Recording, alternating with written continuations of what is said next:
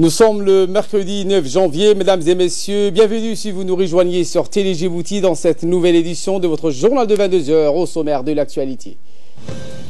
Le président de l'Assemblée nationale, Mohamed Ali Hamad, a reçu ce matin le président de la Commission nationale des droits de l'homme, Souleymane Omar Oudine. Et au Venezuela, le président Nicolás Maduro s'apprête à entamer demain son second mandat à la tête de ce pays. Voilà pour les titres. Merci si vous nous rejoignez sur Télé Djibouti. Le président de l'Assemblée nationale, Mohamed Ali Hamad, a reçu ce matin le président de la Commission nationale des droits de l'homme, M. Souleymane Omar Oudine. Ce dernier lui a remis le rapport annuel 2016 sur la situation des droits de l'homme en République de Djibouti.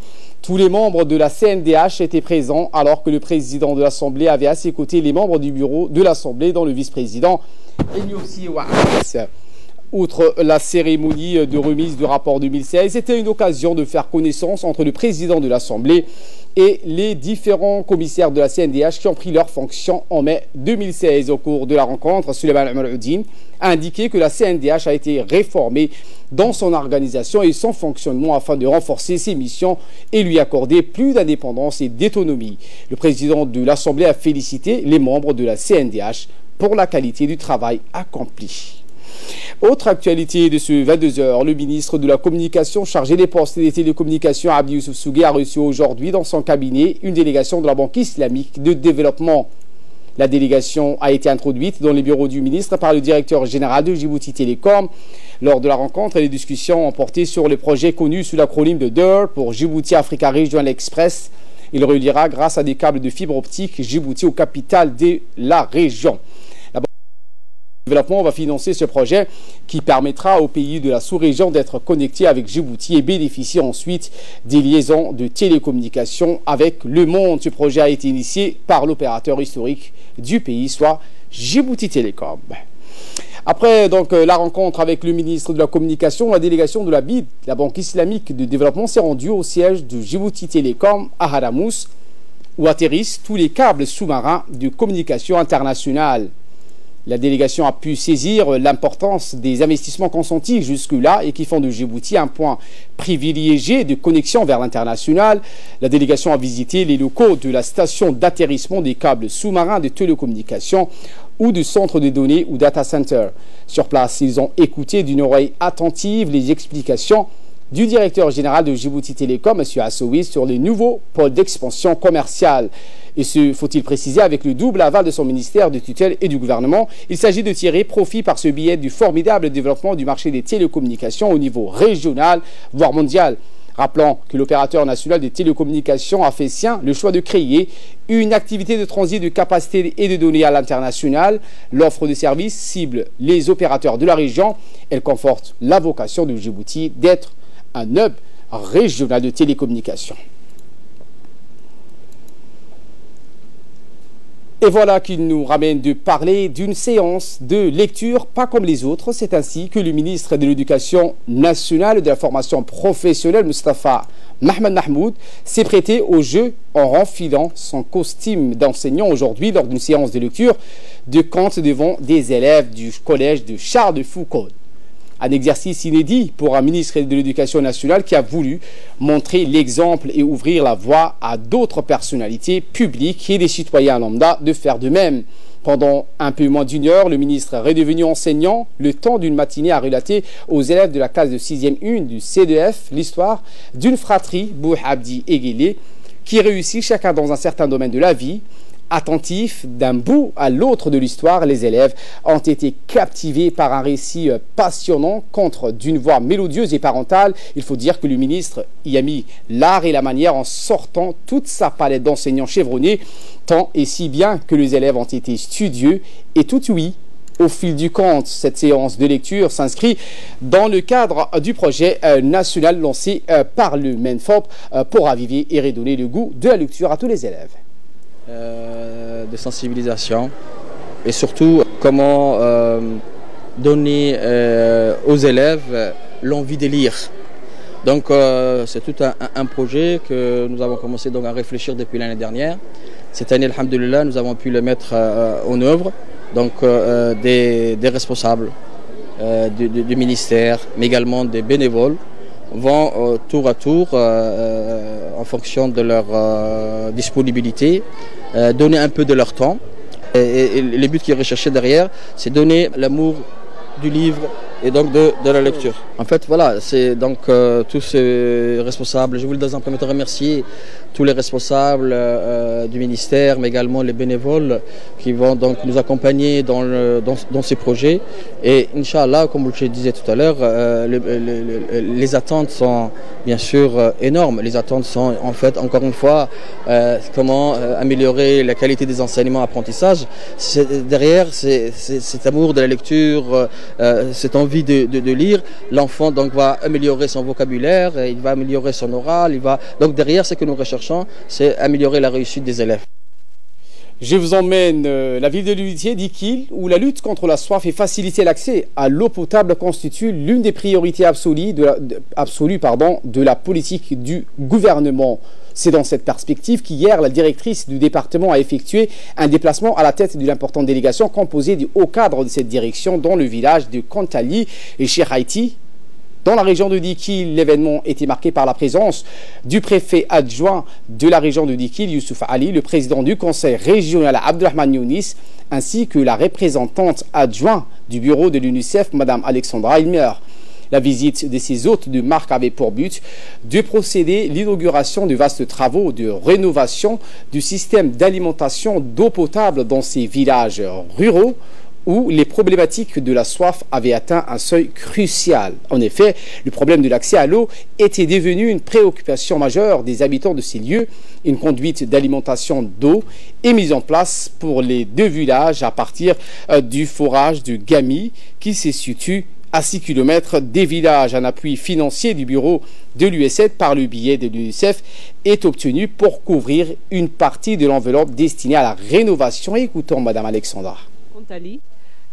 Pour l'inauguration de ce système d'adduction d'eau potable à beaucoup de petites communautés qu'on vient de visiter. Je voudrais donc commencer par remercier la DHR, la direction de l'hydraulique rurale, pour son leadership dans le secteur de l'eau, de l'assainissement et de l'hygiène, pour œuvrer sans ménager aucun effort pour mettre en place d'un côté les politiques, les stratégies, mais aussi, comme on le voit ici, de faire des différences réelles sur les terrains, dans les communautés, pour donner l'accès à l'eau et à l'assainissement à ces communautés. Vous aussi, vous vivez dans un environnement qui est quand même pas facile.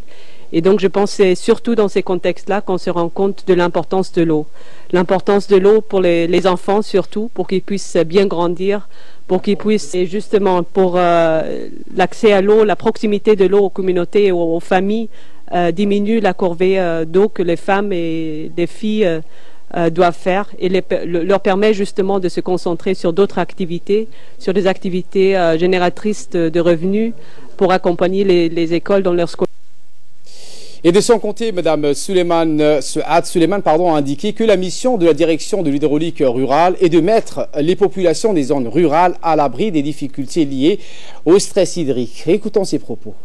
Aujourd'hui, d'inaugurer en fait l'adduction d'eau potable de ces 3 villages qui se composent de 5 km, un peu plus de 5 km d'adduction et d'un forage équipé d'un système solaire. Je pense qu'il est important de souligner que cette adduction d'eau potable a été financée, toute la conduite a été financée par l'UNICEF. Le forage et les équipements solaires ont été financés par le gouvernement. Dans le même cadre, donc, je tenais à remercier l'UNICEF et le gouvernement américain, bien sûr, pour leur appui financier. Et je pense que je vais aussi réitérer en fait la demande du conseil régional et de la préfecture, à savoir de prendre soin des équipements qui sont en place. C'est des équipements coûteux, donc de créer un comité de gestion et de surveiller de très près ces équipements.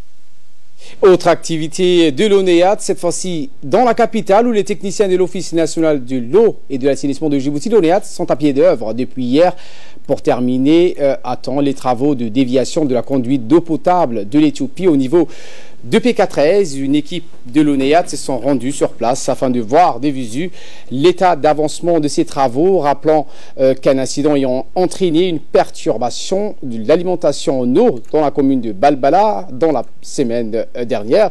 La direction de l'ONEAT s'excuse donc auprès de ses abonnés pour ce désagrément. Pour en savoir plus, écoutons Monsieur Nashwan Ahmad, chef de service de l'assainissement. Il y aura seulement une perturbation. Donc ce qui veut dire par perturbation, on retournera à l'ancien planning. Il y a des quartiers qui seront alimentés un jour sur 3 et d'autres ils auront de l'eau selon la disponibilité de l'eau dans le réseau. Je pense, je veux parler surtout de PK12, Warabeley, T3, Wahledaba, Barwako, partie basse, partie haute, et Barwako 2 et Hodan 1, Hodan 2. Et cette fois, je vous emmène la Ville Blanche où une forte délégation des femmes parlementaires composée des députés Hussein Abdelkader, Halou Mohamed, Ahadia Ahmad, Fatouma Daoud et des responsables de l'UNFD conduite par la parlementaire Ouma Hamid a effectué une mission de travail dans la région de Tadjoura. L'objectif principal de cette mission était donc de redynamiser l'antenne locale de l'Union nationale des femmes djiboutiennes, l'UNFD. À leur arrivée au siège de l'UNFD, la délégation des parlementaires a été accueillie chaleureusement par de nombreuses femmes de la Ville Blanche, avec à leur tête Aïcha Sultan et Mme Hasna Mohamed Gadile au centre d'autonomisation des femmes dans le siège de l'UNFD. Une réunion de concertation a été donc également diligentée avec les femmes actives de la Ville Blanche, les voies et moyens de renforcer les activités de promotion de la femme dans cette région était également au centre des débats, un débat intense et fructueux où les femmes de la Ville Blanche ont remercié la première dame, Mme Khadra Mahmoud Haïd, pour ses efforts, la promotion de la femme djiboutienne.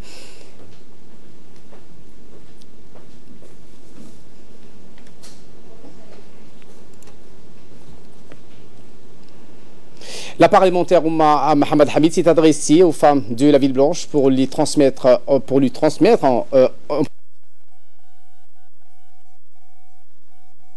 des femmes de la région de Tadjoura. Elle les a remerciées pour l'accueil chaleureux qui a été réservé à elle et à la délégation qui l'accompagnait. Elle a aussi annoncé qu'une coordinatrice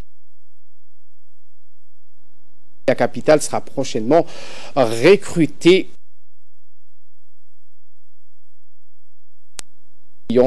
lors de la réunion qui sera transmise aux autorités compétentes.